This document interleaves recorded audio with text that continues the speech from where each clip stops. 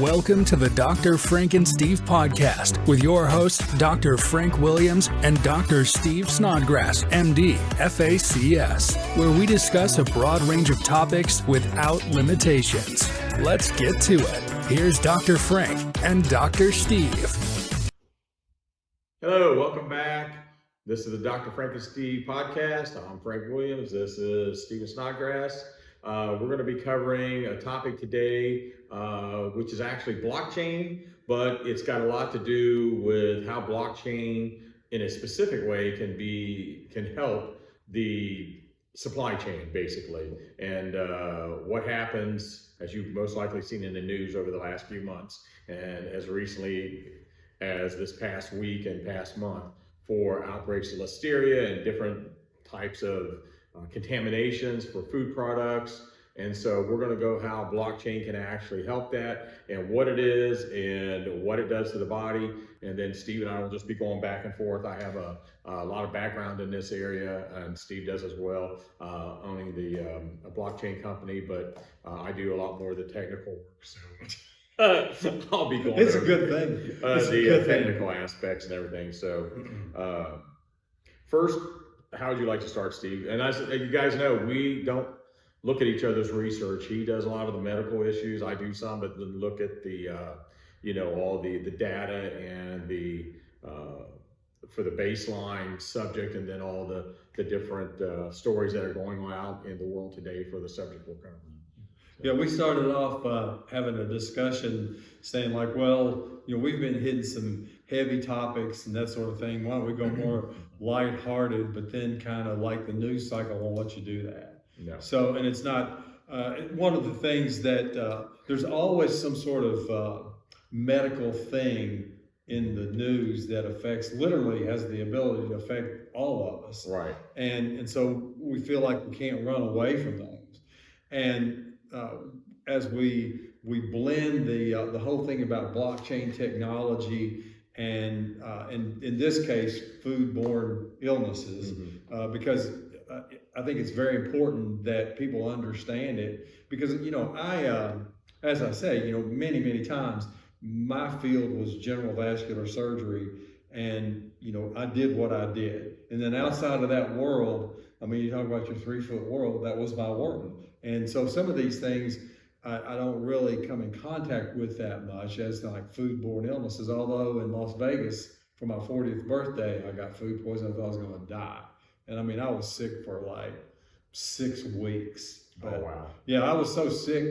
It was like happy birthday to me. I got the fresh fruit plate at a phenomenal Las Vegas hotel that everybody knows.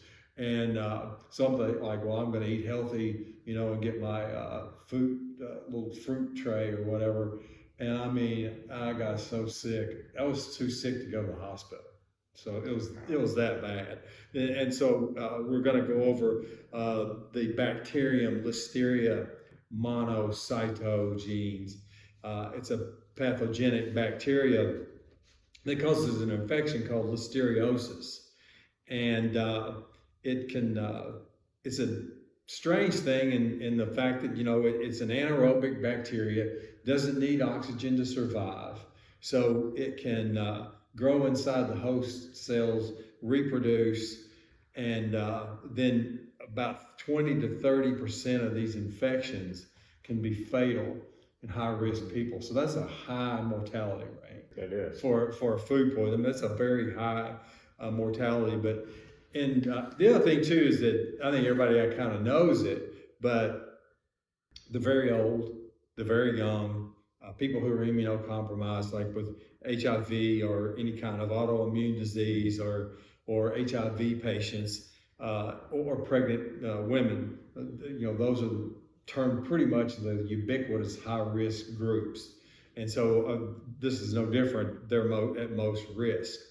And one thing I thought was interesting is that this was not recognized as a foodborne illness until 1981. So it's been around a long time. Oh, yeah. But it's like they didn't realize. People have been wrenching them guts for a long time coming out of restaurants. Yes, and you'll know it when you get it. But and this happened that they linked it to consumption of infected coleslaw and cabbage, and there were some deaths that had resulted, and it ended up the vector was from sheep manure is where it had come from. And so not washing your hands or improperly washing your hands, but it's a fecal oral kind of transmission. And can be associated with consumption of infected raw milk, cheese, hard-boiled eggs, ice cream, raw vegetables, and fermented raw meat, poultry, and fish. So when you say that, is that the people that aren't clean processing it, or is that just unsanitary work conditions? What is that? Do you know any of the root causes? Well, I think that, number one, like when you get infected, like in sheep manure, things like that. I mean, that's just like a causative environmental thing. It's in the soil, so there's that. But then when you get people who are handling the actual food, and they don't wash their hands and they've been in contact with it, and then they handle don't use gloves, don't change your gloves. Yeah, they handle the food, and that's the thing about it. This will survive at 0 degrees centigrade, 32 degrees Fahrenheit. So just because you refrigerate it doesn't mean you're okay. So that is a bit of a problem. It's the cockroach of viruses. Well, I mean, it's it's to be light. It's a mean. Oh yeah, thing, I know, because as I told you, right when COVID broke out, not to interrupt you, but give my own little story. No, I'm ready. I've had them a couple times, but when COVID broke out, or was just getting ready to shut things down, but COVID was on heavy, and Bowling Green has some fantastic restaurants. But they have a lot of Mexican restaurants, and so we had a favorite Mexican restaurant. I won't name them because I think they're kind of hit or miss. So since they're still open, we won't give them bad press. But we went in there, hardly anybody in there. So maybe this is a good reason why. Yeah, my twins and I ate the same thing, a certain platter, a chicken. My wife and my oldest daughter had something completely different, like a beef pie. So we get home, and the next day, I couldn't get out of bed. And you know me, I'm always up and moving like you like sleep and all that. And the twins all of a sudden couldn't get out of bed. We all three got the same symptoms. I mean, it was, like you said, it was horrific. I ended up calling, I'm very blessed in a way, God has blessed my family and I, calling a student, but a friend of mine who's also our personal doctor, in MD. And he said, well, I can see you, but I pretty much know what you got. Give me your symptoms. And so we seen him.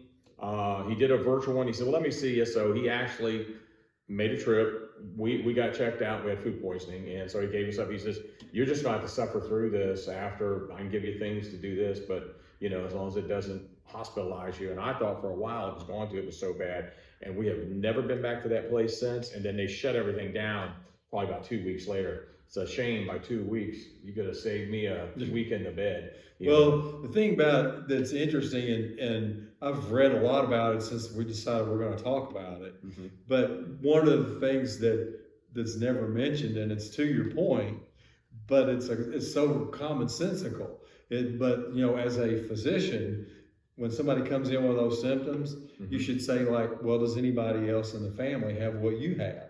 I mean, that needs to be, because, it could be like a communicable disease, from a virus or anything like that. Or if you need to say the twins and myself, we ended up eating some gray looking whatever material, and it did not end well.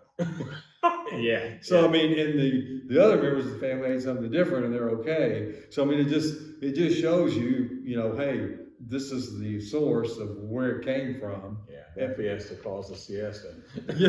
Literally. And no one wants to be around you either. No. But that's for sure. But, it's the Centers for Disease Control and National Institute of Health say there's around average 1,600 illnesses and 260 deaths per year, which is, that's still kind of high. It's named for Dr. Joseph Lister, who was known as the father of modern surgery. He is the one that linked microorganisms to surgical infections. Mm-hmm. You know, that's pretty incredible. This was like in 1865 or something like that. And one of the things that he was responsible for like a men's trauma ward, and noticed that, like, you know, a lot of times if you came in with a bad enough injury, it was just kind of an automatic amputation. You know, it was just Right. it was just going to happen. But with him, he said, like, it doesn't necessarily have to be amputated. We can try to save the limb. And when they were trying to save the limb, he noticed that you know, a lot of these things would get infected. And Is that to try to prevent? I mean, going way back to like gangrene and stuff. yeah, I mean, it was just like back then they just didn't have Right. they just didn't have the equipment or the knowledge. Yes. Yeah, and so, you know, but his father had trained him as a kid, you know, how to use a microscope, and you know, obviously they're going to be very rudimentary compared to what we have now, obviously. But the fact that you can associate microscopic disease when a lot of people didn't even believe in anything like that. It was just like they were like aliens. But he's saying, like, no, that's the cause.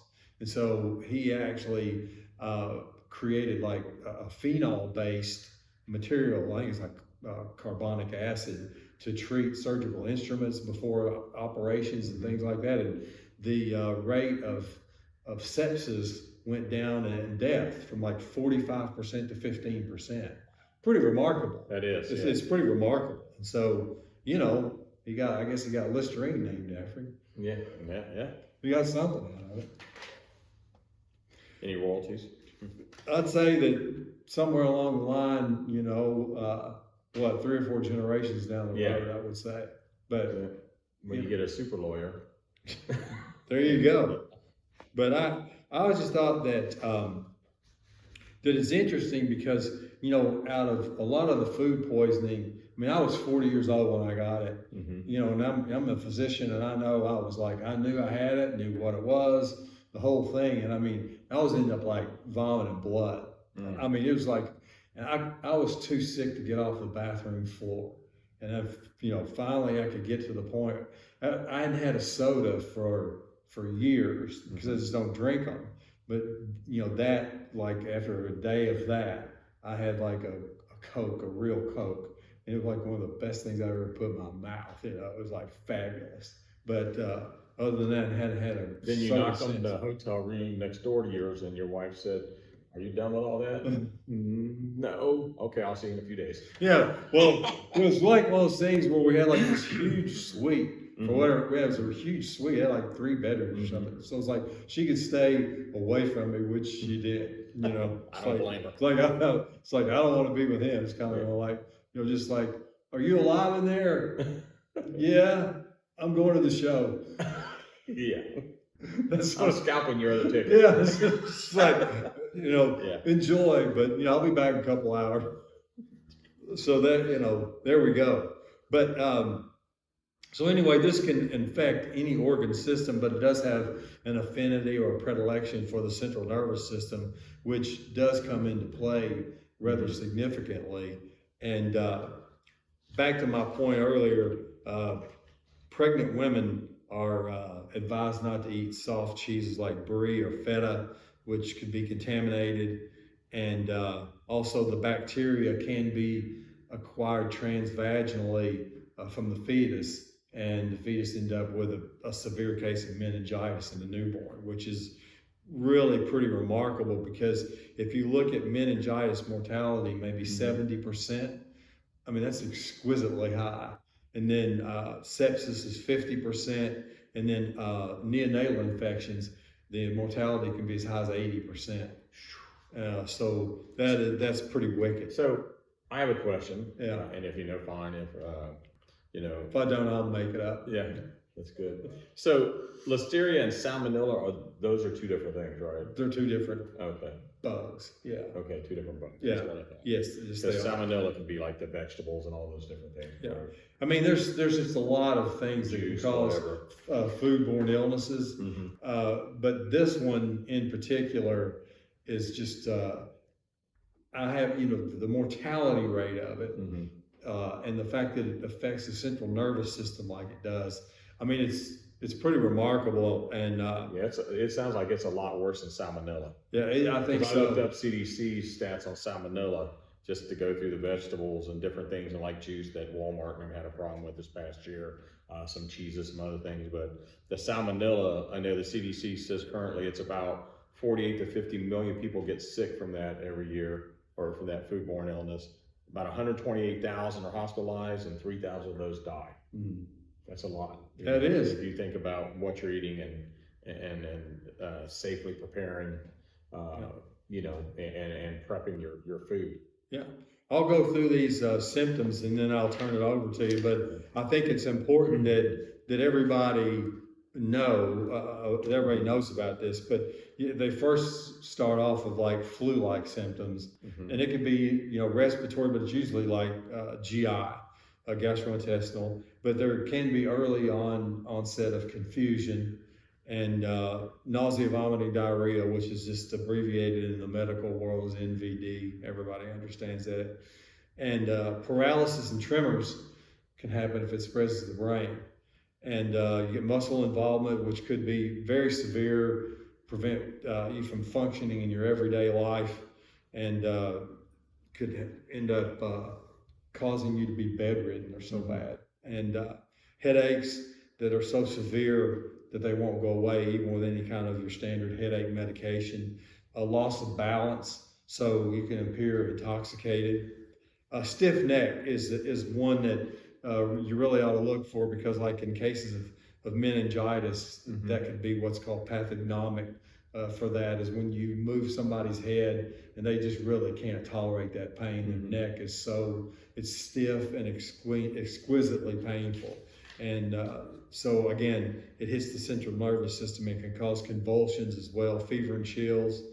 The pregnancy complications are extremely frightening, because the fetus is at such risk for genetic damage, miscarriage, stillbirth, and then meningitis should it survive. So just a terrible, terrible potential outcome for mother and child.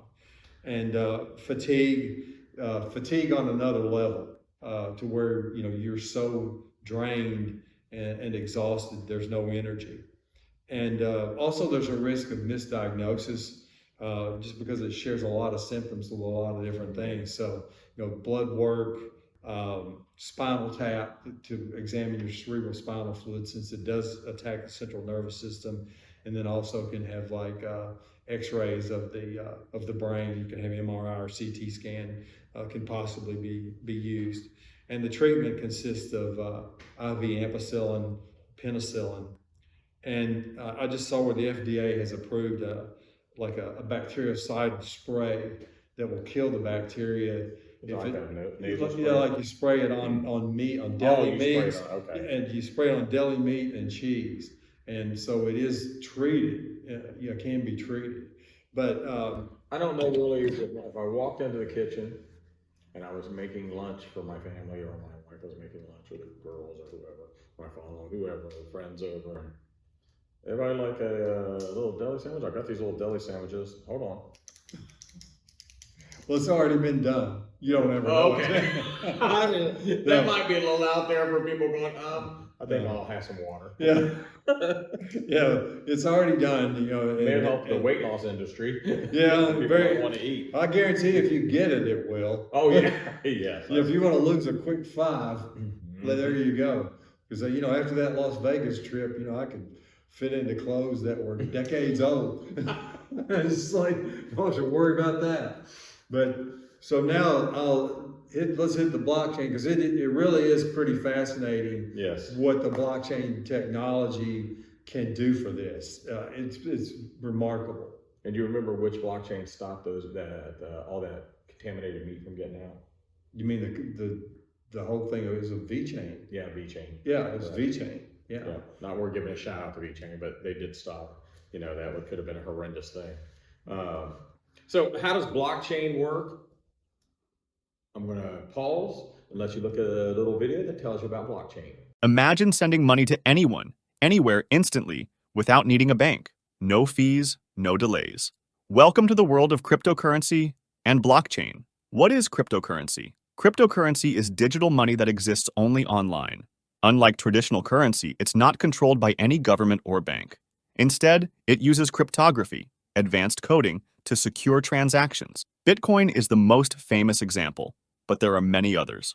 How it works. If you want to buy an online game, you can send Bitcoin from your digital wallet directly to the seller's wallet. The transaction is fast, secure, and doesn't require a bank. Benefits. Fast. Transactions happen in minutes, globally. Secure. Cryptography keeps your money safe. Decentralized. No single entity controls it. What is blockchain? Blockchain is the technology behind cryptocurrency. Think of it as a digital ledger that records every transaction. But instead of one person keeping the ledger, everyone involved has a copy. Every time a transaction occurs, all copies are updated simultaneously. Each page in this ledger is called a block, and they are linked together in a chain. How it works. When you send Bitcoin, the transaction is recorded on the blockchain, verified by thousands of computers worldwide. This ensures that the records are accurate and tamper-proof. Benefits. Transparent. Everyone can see the records, reducing fraud. Secure. Data is spread across many computers, making it hard to hack. Decentralized. No single entity controls the blockchain. Cryptocurrency offers a new way to handle money, and blockchain ensures it's done securely and transparently. Together, they are transforming the future of finance. Okay, we're back. Dramatic pause. And so now that you know a little bit about blockchain, that's a very simple explanation of how blockchain works. For those that don't know about crypto, the crypto's in there also, but we made that for the clients and people to understand how those things work and what they actually are. Yeah, blockchain has some tremendous uses, and I'm so glad to see both presidential candidates, even though one I think is a lot more into it than the other, talk about regulations and getting the SEC and all these organizations that are overseeing, whether it's commodities or the SEC or whoever it might be, to get some regulation down and done to regulate blockchain and cryptocurrency. And a lot of people say, well, they're mostly going after cryptocurrency. Well, if they're going after the cryptocurrency, a lot of blockchain is based around crypto. So, and has it for some type of mechanism built within it, because they're all smart contracts. And so as technology develops, they're finding that blockchain being immutable basically is almost foolproof. It's not 100%, nothing is, because it all depends on who's creating it. But once something is entered into a hyperledger or blockchain, the fallacy factor is about as low as you can get, and it really accelerates the foodborne illness detection by decades, basically, because there have been, like I said, there have been cases. They just recalled.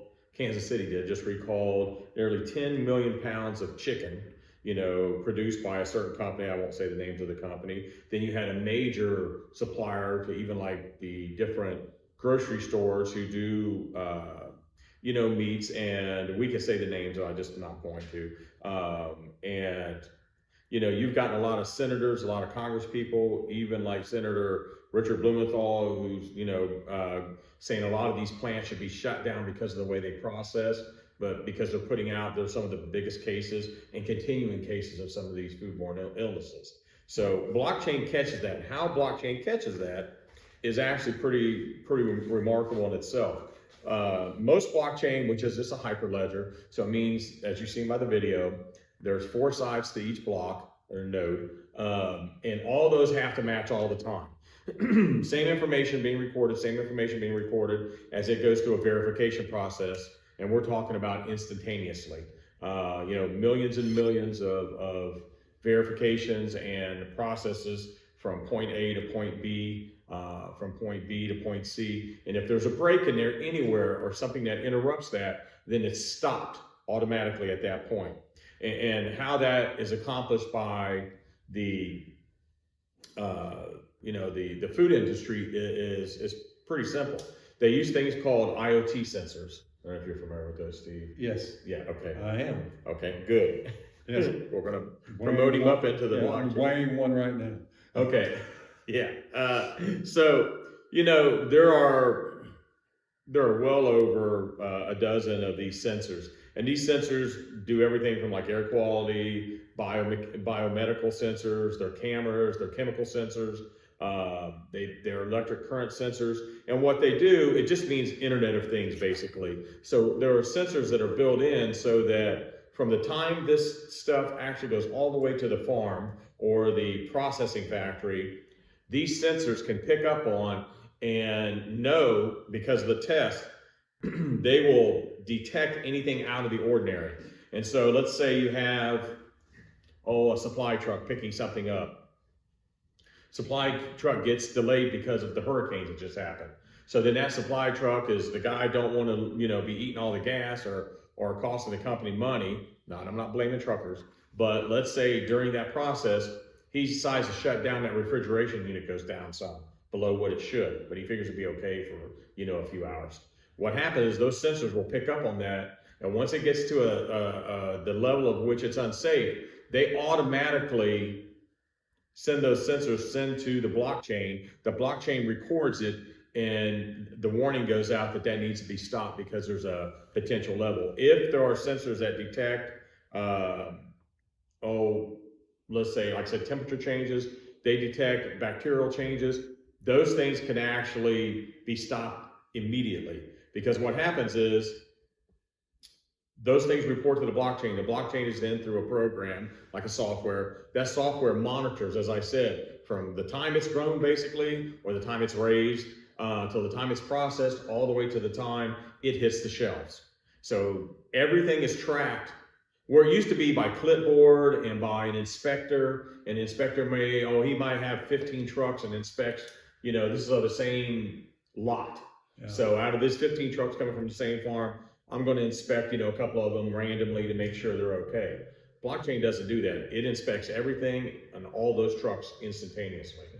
And it's the foodborne illness thing, yes, obviously extremely important too, but I mean, the applications of it in life, mm-hmm, but especially on anything related to human health is like, I will say it's remarkable because just for, a great example for me is like I take multiple sets of eye drops every day for my glaucoma, and there's two drops that I take that are refrigerated, and they become non-functional if a certain degree of temperature, if they're stored or transported and a certain degree of temperature is reached, then it could make the medication ineffective. Right. And so if you didn't know that, and then like you delivered the eye drops to the pharmacy, mm-hmm, and then I'm doing the eye drops every day like I'm supposed to, because I'm hyper compliant, because if you're not hyper compliant, you're going to go blind. Right. So there's a very, very good stimulus for you to do what you're supposed to do. But could you imagine, like, you do what you're supposed to do, but all along you're putting in ineffective medication, mm-hmm, and as a result, in your follow-up, your doctor says, like, you've gotten a lot worse. Your pressures are up, your vision's not as good, and like all of a sudden the disease has progressed to the point of potentially being legally blind. So, the blockchain would pick that up instantly.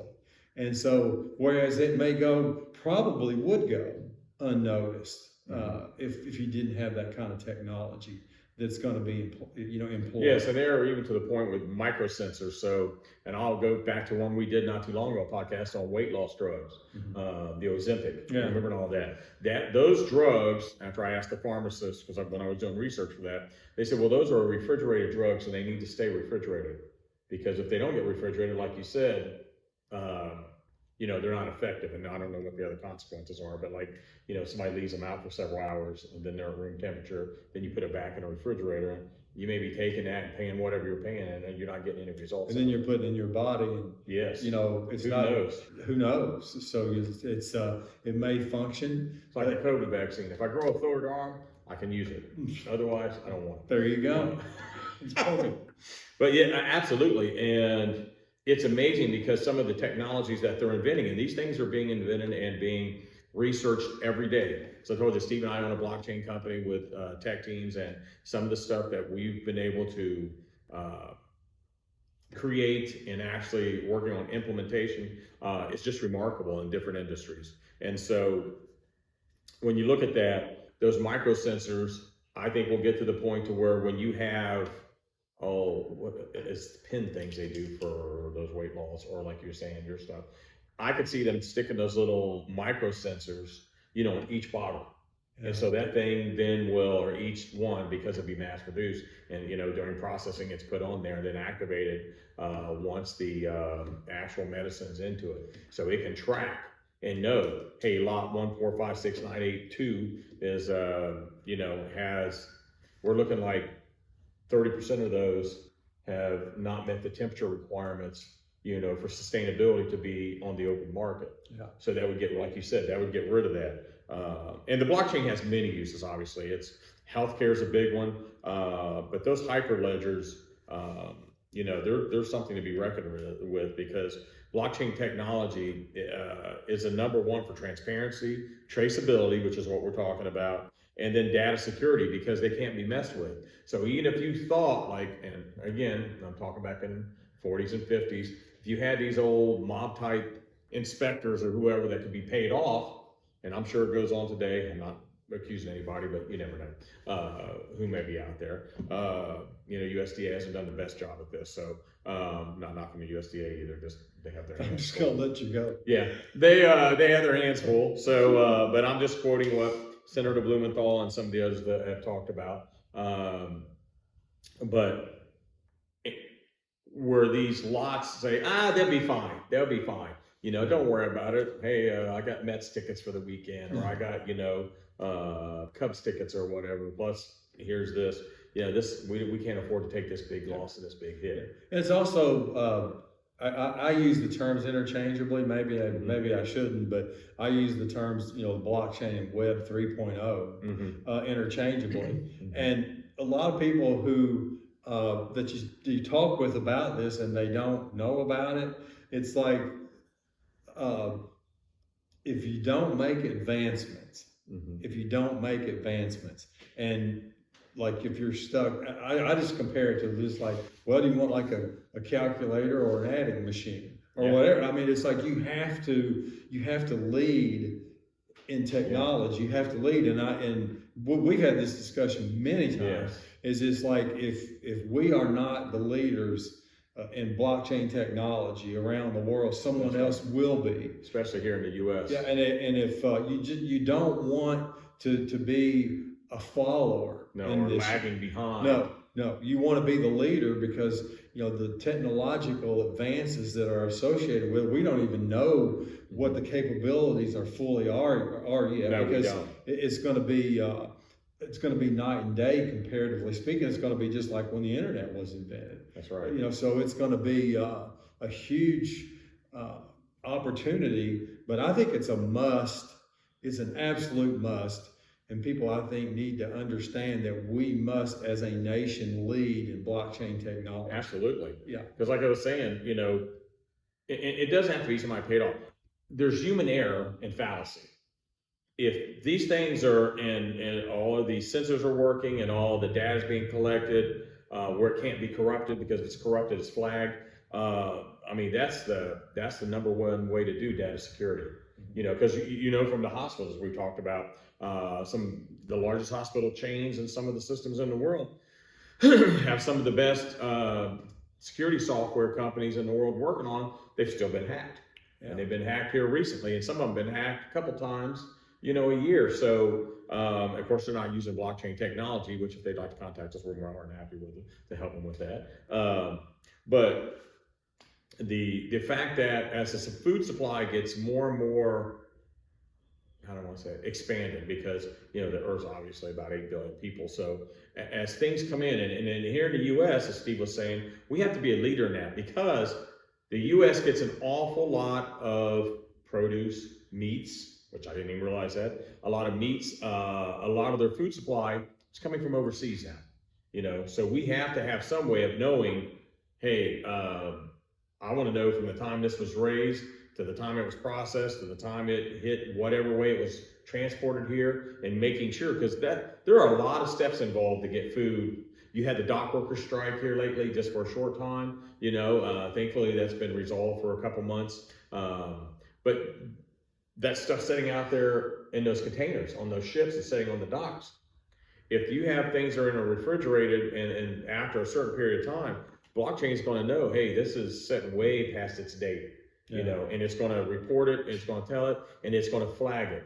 The thing that may make some people hesitant or companies is because it's so clearly transparent. And so you have a lot less room, or you have no room basically, to sit and try and slide things by. And like I said, we're not here knocking because of it, but if you can save thousands of deaths a year, millions of hospitalizations, or well over, like I said, for the salmonella, it's quoted well over 128 million.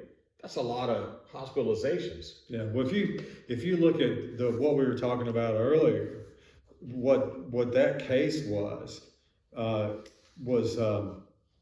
it was an E. coli infection, and this was in China.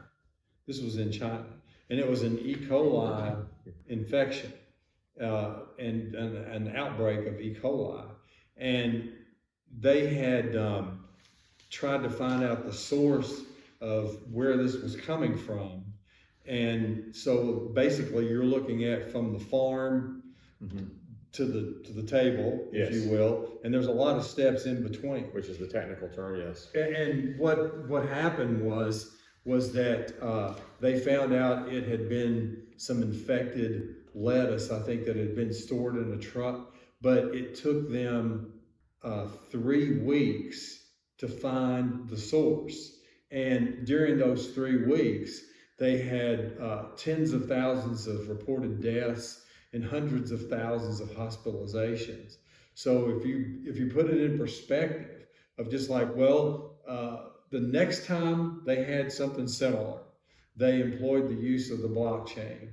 And what took them 3 weeks to find out before, with the use of the blockchain, took them 45 seconds. I mean, that's remarkable. It is. So you think about that 45 seconds, what that meant, because now, the 3 week period doesn't exist. It's a 45-second period. But during that 3 week period, thousands of people died, hundreds of thousands of people were hospitalized. So look at again, we go back to the cost of healthcare, mental, physical, financial, and just look at the cost involved in that 3 week period versus a 45-second period. Yeah. It's quite remarkable at each step of the way. We're talking about money and human suffering. So this technology is truly next level. Absolutely. It's got so many uses. We have, like you said, we haven't even discovered all of them. And just to make it simplified for you for the blockchain is basically just a shared database. The decentralized part of blockchain, which again means it's immutable, which means when that data is entered, that data is irreversible, so it can't be changed. And so that's what makes it so safe and secure. Those transactions are permanently recorded, and they're viewable literally by anyone. So anybody can see, hey, yeah, I don't know why you would do that, but unless you're an attorney, a super lawyer or something like that, or somebody. But they can see like you said, from farm to table, basically, if there are cases involved that way. And as blockchain is becoming more and more, everybody hears about Bitcoin, but as blockchain becomes more and more mainstream, you're going to see a whole new world light up, and somebody, as Steve said, is going to be the leader in the world, and it should be the U.S. because, like you said, you either lead, follow, or fall behind. And we don't need to follow, and we don't need to fall behind. So here in the U.S., it behooves not just the food supply companies and farmers and processors and packagers and all this, grocery stores.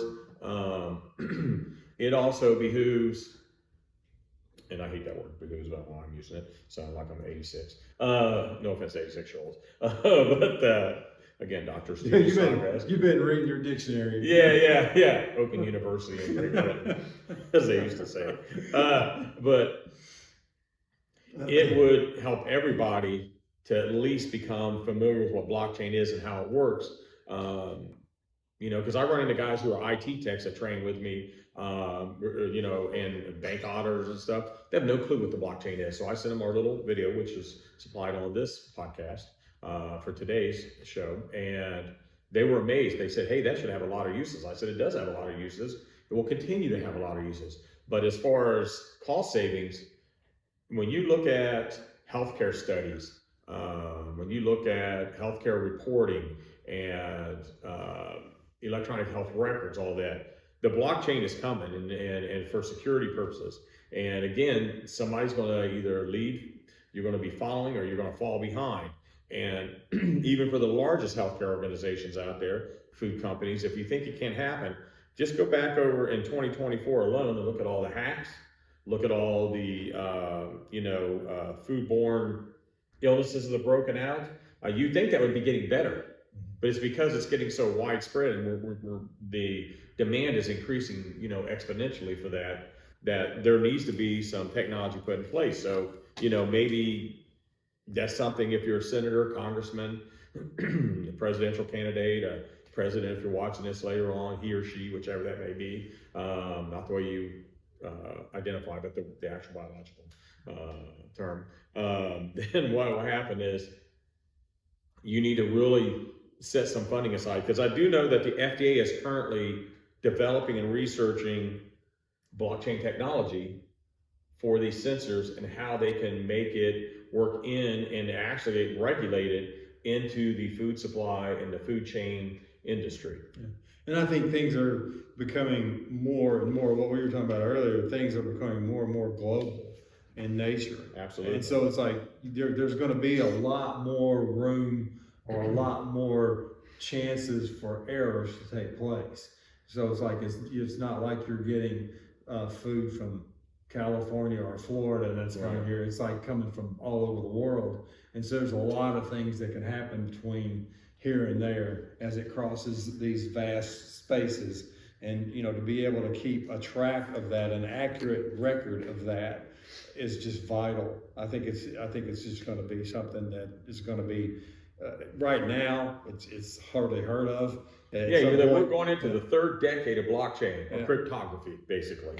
And it's either was dark web, then standardized by Bitcoin coming out, and then the cryptocurrencies, the different type of ways they started using it, as it's now getting in more mainstream and being utilized in a lot of different industries. But as Steve said, it's still hardly heard of, but it will become an everyday household name for everybody.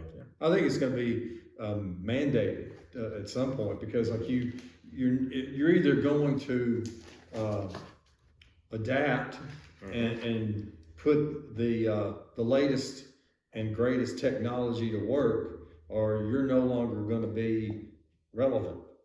Absolutely. So, well, I mean, for the cost benefit analysis on it, you'd think it would be a no-brainer.